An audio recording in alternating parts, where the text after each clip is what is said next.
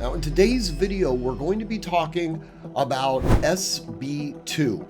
This is a new law that has just made its way through the California legislature and is now on the governor's desk awaiting his signature. I suspect that he's going to sign it.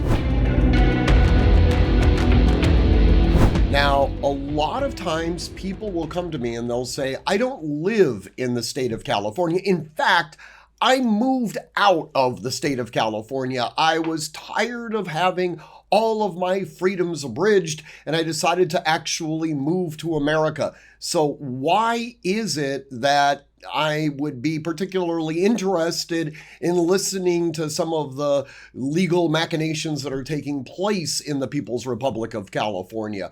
And then I also get the question, why the hell do you still live in California?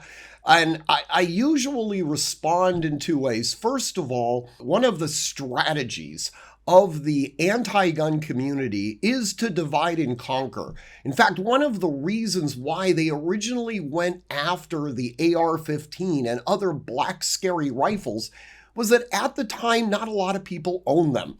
And they felt that by targeting one specific weapon system that a lot of people didn't have a vested interest in, they could begin the process of incrementalism so that they could take away our rights bit by bit. So we have to be ever vigilant in looking at what different states are doing in trying to restrict our rights. And we have to push back each and every time. Now, as to the answer of why do I still continue to live in California, probably the best way I can describe that is to go back to World War II and the French resistance.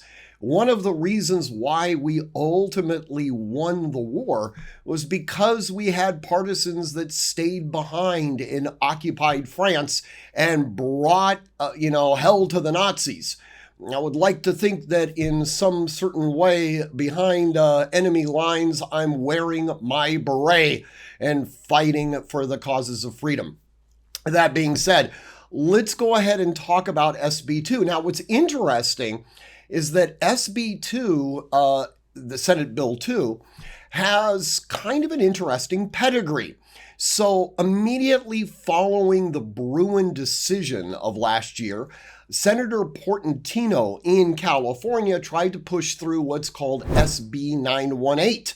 And this essentially tried to make all of California a sensitive location. Yes, we now realize that we are obligated to provide CCWs for people. However, we'll simply make it illegal for people to carry their guns outside of their home.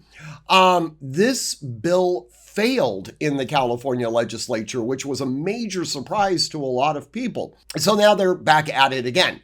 Now, what's also interesting is that in New Jersey, they passed a similar bill. This one was called Chapter 131, I believe. And that bill passed. So effectively, we had, SB 918 that failed, Chapter 131 that passed, and they were virtually identical. That Chapter 131 in New Jersey has been enjoined, all right? They said, no, this falls outside the scope of the Constitution. These things don't survive, or at least the vast majority of these things don't survive a Bruin analysis.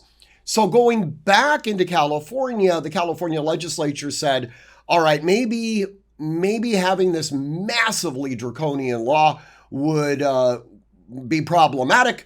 So let's go ahead and, I hate to use the term water it down, but let's go ahead and change some of the restrictions, might be a better way of articulating it, and see if we can get that passed. And maybe this will withstand a constitutional review. They also did certain other aspects in it as well, focusing on training requirements to get a CCW and some of the procedures that would be necessary in order to appeal a revocation or a denial of a CCW. Let me pause for a second and say there are certain aspects, and I'm sure I'm going to be pilloried for this, there are certain aspects in SB 2 that candidly are not that bad. Okay. In fact, actually, they're all really necessary. They set sort of the architectural framework for people to be able to file a lawsuit if their rights have been denied. So we'll consider those things to be, good things, I guess, if you want to put it that way.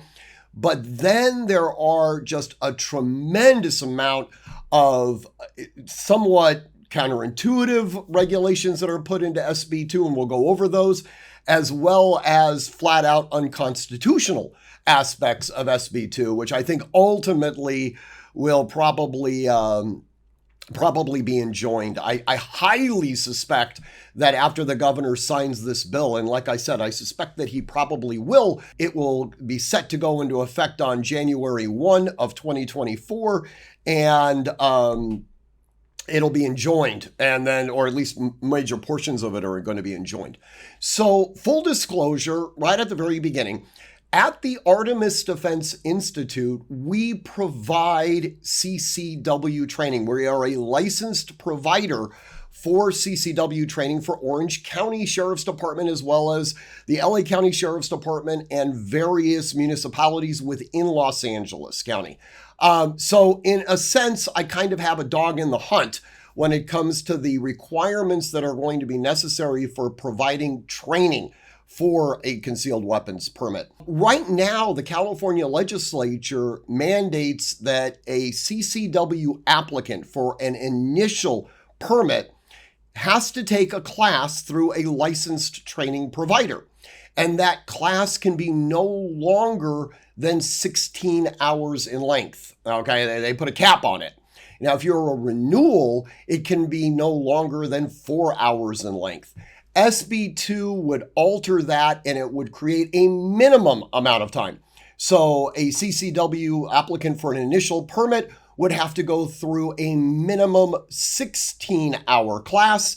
And if you are a renewal, it would have to be a minimum 8-hour class. It also gives the individual issuing agencies, the police chiefs of their specific communities, the ability to get rid of training providers altogether and require that somebody go through a approved community college class that is post-certified, and that course of instruction could not be more than 28 hours in length. Yeah. And now the only requirement is that if they decide to go with the community college route, then everybody in that jurisdiction would have to go through a community college. You couldn't go back and forth. I'm not sure what the motivation was on this particular part of the bill, but nonetheless, it's in there. Guys, I'm pausing this video for just a second. USCCA, which is sponsoring this video, is doing a giveaway. Now, it's very cool. You can see all about what it is in the description directly below this video, but you're gonna want to participate in this. It ends soon, so get on it right away. Now, let's get back to the video. It also, as I mentioned, creates an automatic right of appeal. So if you were to be denied a CCW, or if you had your CCW revoked, then you are given the opportunity to file a yet to be established form that would then go to the courts, and then the plaintiffs, in this case, the issuing agencies, would come in and have to go before a judge within a statutory period of time. I believe it's 60 days. And they would have to essentially show cause why this particular applicant should be denied their specifically enumerated civil right to carry a firearm outside of their home. They would have to marshal evidence and be able to convince a judge that their denial or their revocation was in fact proper. And the judge, if they agreed with the assessment, would sustain the denial, and then the applicant would have the opportunity to then appeal. It's silent in the bill, but I suspect it would be to a court of appeals, the Ninth Circuit. If a judge were to overrule the denial, then they would essentially be ordering the issuing agency to issue a CCW. Right now, we don't have that legal mechanism in place. We just simply have to file a lawsuit with against the issuing agency. This creates, for lack of a better term, the architecture to do it.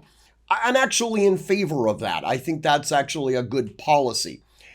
Then it goes through and codifies certain things that have been policy, makes them law, okay, with criminal penalty effects. And then it goes and creates all of these prohibited locations. That's where things get really problematic.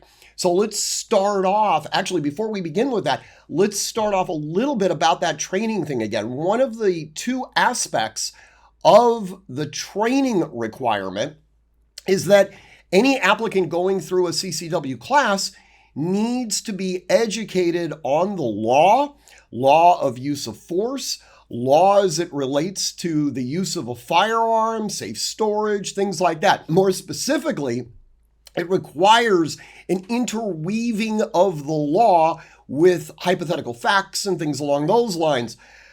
This is really interesting because rendering a legal opinion, and that is effectively what this bill is requiring a CCW training provider to do. Rendering a legal opinion without having a license to practice law within the state of California is a misdemeanor. So we now have a law that is mandating that a CCW training provider break the law. All right, unless, of course, they're licensed to practice law, which I believe there's only myself and 3 other people in California that are lawyers that are actually teach CCW classes. So I don't know, maybe this could actually be beneficial to my business, right? All CCW applicants would have to go through us. Anyways, I think that's extraordinarily problematic. It then has this odd requirement that a 1-hour period of instruction be dedicated to mental health and mental health resources. Now, I'm not sure I understand the nexus here. In order to get a concealed weapons permit in California, you have to actually own a gun. So you have an individual that has access to a firearm. You're now talking exclusively about their ability to carry the firearm outside of their home in a legal manner. And now you think it's a good idea to require mental health instruction? Okay, I mean, first of all, I think the entire thing is incredibly paternalistic. But beyond that, it doesn't make any logical sense. Yet, that's never stopped the California legislature. So those are some of the 2 of the requirements that they've thrown into the educational component. On the restricted areas, though, it gets more interesting. So up until now, there's been policies that say you cannot bring your firearm into an establishment whose primary purpose is the sale of consumable alcohol. Now, that hasn't been a law. That's simply been a policy. And if you do, then technically you're outside of policy. If you're outside of policy, then the CCW is no longer valid. And by definition, if you're carrying a gun and you no longer have a CCW, you're carrying illegally. Okay. This SB2 takes those individual policies and now codifies that into law. But then it goes one step further. It says that you cannot bring your firearm into the parking lot or the building of any location that sells alcohol for consumption on premises. Now let your brain wrap around that one for a little bit. That doesn't necessarily mean if you were to go to Marty's Tavern, where all they do is serve hard liquor, we know that they are very, very hesitant to allow a CCW holder to go into a place like that. That's sort of been a policy for a number of years. I disagree with it, but it's a vague and it's an arbitrary policy, but nonetheless, it's somewhat definable, right? We're not allowed to go to Marty's Tavern. But now it's saying that you cannot go into any establishment that sells alcohol for consumption on site. This means you can't go to Chili's or Applebee's or Two Guys from Italy to have your lasagna and a glass of Chianti. Effectively, it renders every restaurant, other than perhaps McDonald's and Arby's in California, as prohibited locations. And not just within the building itself, but within the entirety of the parking lot. It also makes all healthcare providers essentially prohibited locations also to include the parking lot.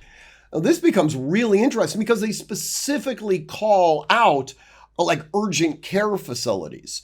So there are a lot of urgent care facilities that are built in strip malls.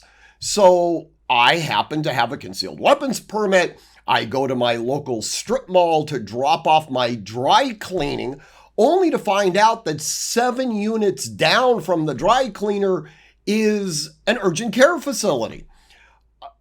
I'm not trying to purposefully avail myself of the services of the urgent care facility, but I am using the parking lot that it shares with the dry cleaner. Does this now create a prohibited location where effectively the entire mall is outside of bounds? Again, we don't know. Ultimately, I think the state of California would take the position that, yeah, that absolutely seems reasonable. I don't think that obviously is going to withstand constitutional scrutiny. The last one is really idiotic, and it's already been shot down in New Jersey. And this is what is referred to as the default rule, effectively saying the state of California knows what a private property owner really wants, okay? And even a private property owner that's opened their property for public use. They are effectively standing in front of them and saying, this individual who's opened up their property for public use, they would prefer if people with concealed weapons permits do not bring their guns into their shop. So we are going to create a law effectively negating anyone's ability to bring a firearm into a public building. Could be a private building, but one that's open for public use. Think of Ace Hardware or Home Depot or Barnes & Noble or whatever. We're going to essentially say that these business owners don't want guns in their place. Now, they can opt out of that. They can put on a sign on the front door, clear and conspicuous, that says CCW holders are welcome to bring their guns inside. But absent that sign, the presumption is going to be that you're not allowed to. This is what's referred to as the default rule. Effectively, everybody's going to have to proactively welcome CCW holders into their businesses. This was attempted in New Jersey. The judge shot it down, said that's massively unconstitutional. The presumption is that law-abiding citizens engaged in legal conduct are welcome in places that are open for public use, that if they are specifically to be restricted, then the individual shop owner is going to have to, proactively prohibit individuals from coming in a particular condition. I hope that notwithstanding that they don't actually violate their civil rights in the process of doing so. And so there's a lot of crap inside this bill. Okay, I haven't even gone through some of the other restricted areas. Apparently zoos, museums, amusement parks, places that clearly, using a Bruin analysis at the time of the ratification were seen as prohibited locations because of inflamed passions. Yeah, I mean, it's garbage. Okay. My suspicion, as I mentioned at the beginning of this video, is that the bill now on Governor Newsom's desk will be signed into law because, yeah. And then Governor Newsom will have it set to go into effect on January 1. There'll be a lawsuit that seeks to enjoin it. That judge, and we'll have to see who the judge ultimately is, will probably issue a preliminary injunction, go through and effectively take a highlighter to this thing and start negating, very similar to what happened in New Jersey. So ultimately speaking, we'll have to see what takes place.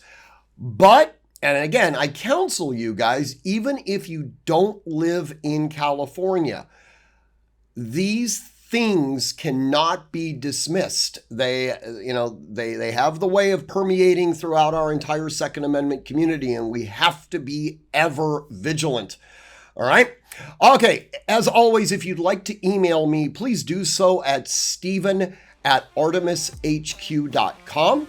And as always, train constantly, train consistently, train repetitively, and train with purpose. Above all else, stay safe. Before you go, you just missed one of our best videos that got over 500,000 views. Click right here to watch it now.